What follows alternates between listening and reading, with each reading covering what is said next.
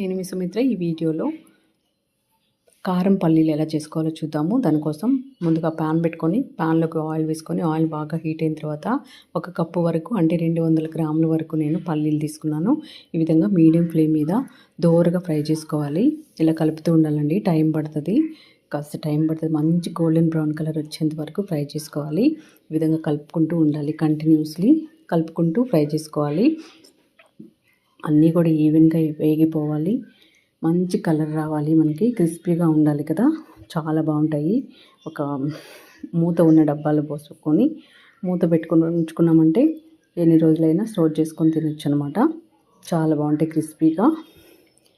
ఇలా వేగిపోయిన తర్వాత చూస్తారు కదా ఎంత బాగా వేగుతున్నాయో. ఇప్పుడు స్టవ్ ఆపేసుకొని ఒక బౌల్లోకి తీసుకొని ఇందులోకి సాల్టు, కారం, కొంచెం చాట్ మసాలా, గరం మసాలా కొంచెం వేసుకొని మిక్సీ వేసుకొని ఒక డబ్బాలో పోసుకొని మూత గట్టిగా పెట్టుకొని ఉంచుకున్నామంటే చాలా రోజుల వరకు స్టోర్ ఉంటాయి. అంతే, ఎంతో టేస్ట్ అయినా కారం పల్లీలు రెడీ అయిపోయాయి. తప్పకుండా ట్రై చేసి టేస్ట్ చేయండి. వీడియో నచ్చితే లైక్ చేయండి, షేర్ చేయండి, సబ్స్క్రైబ్ చేసుకొని ముందుగా కొత్తగా మన ఛానల్ని చూస్తున్నట్లయితే సబ్స్క్రైబ్ చేసుకొని సపోర్ట్ చేయండి. చూస్తూనే ఉండండి ఫ్రెండ్స్. చూసారు కదా, ఈ విధంగా మిక్సీ చేసుకొని ఒక డబ్బాలో వేసుకొని స్టోర్ చేసి పెట్టుకోవడమే.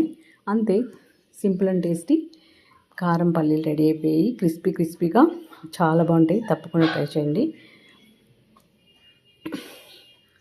ఈ విధంగా స్టోర్ చేసి పెట్టుకున్నామంటే ఎన్ని రోజులైనా నిల్వ ఉంటాయన్నమాట. తప్పకుండా ట్రై చేసి టేస్ట్ చేయండి. ఇలా వచ్చిందో కామెంట్ సెక్షన్ తెలియజేయడం మాత్రం మర్చిపోయి. Thanks for watching.